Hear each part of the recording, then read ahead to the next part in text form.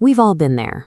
You walk into a public restroom, push open the stall door, and stare down at the toilet seat, bracing yourself for the mental calculus of how to get through the next 2 minutes as cleanly as possible.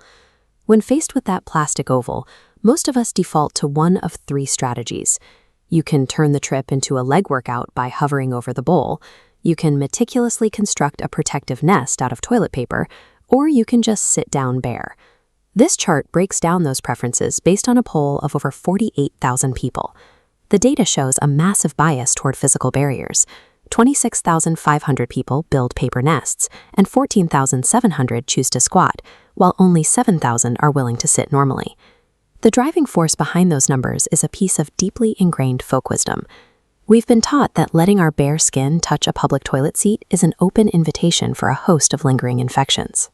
But when you actually look at the microbiology of a restroom, it's clear that the vast majority of us are following a ritual that completely ignores how human biology actually works. If you ask microbiologists and doctors about the dangers of a public toilet seat, they offer a surprisingly unanimous answer. The seat itself is essentially harmless. The reason for this is the primary defense system you wear every day.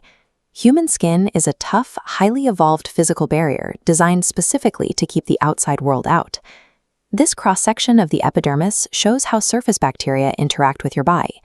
Unless you have an open wound or the microbes make direct contact with a mucous membrane, the pathogens on a toilet seat simply bounce right off an unbroken layer of skin.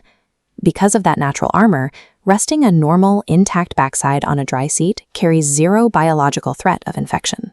Even if you've made peace with the seat itself, a specific mechanical design flaw in the restroom environment effectively sabotages any attempt to build a paper barrier. This is the toilet plume. Every time a commercial toilet is flushed, the rush of water creates an aerosolized cloud of vapor and bacteria that ejects upward and expands outward into the stall.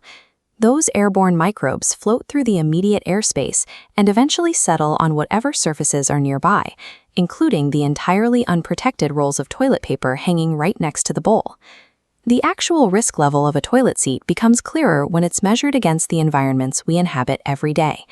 This data visualization compares bacterial concentrations across everyday objects.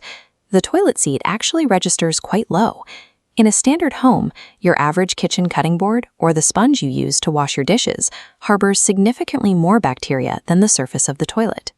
This means that by building a paper nest, people are taking a highly absorbent material that has been repeatedly exposed to aerosolized bacteria and using it to cover a dry, relatively clean piece of plastic. To find the actual danger, we have to look away from the stall entirely and step toward the exit. The highest threat bacterial hot zone in any restroom is the communal door handle, the one surface that every occupant is forced to grab on their way out. The actual mechanism of illness in a bathroom isn't about where you sit. It is the direct physical transfer of pathogens from a contaminated surface like that door handle onto your fingers. Once the bacteria hitch a ride on your fingers, they wait for the moment you inevitably rub your eye, touch your nose, or wipe your mouth, providing those pathogens a direct path into your internal systems. Against these mobile pathogens, thorough hand washing is the only medically effective defense. The vigorous mechanical friction of heavy soap lather and water is what actually physically removes the microbes from the equation. Of course, human beings aren't purely logical. We have a deeply wired disgust response, and knowing the biology doesn't always erase the mental hurdle of sitting exactly where a stranger sat just moments before. Ultimately, papering the seat is a psychological placebo. It perfectly protects your feelings from disgust, but when it comes to protecting your health, the only thing that matters is washing your hands.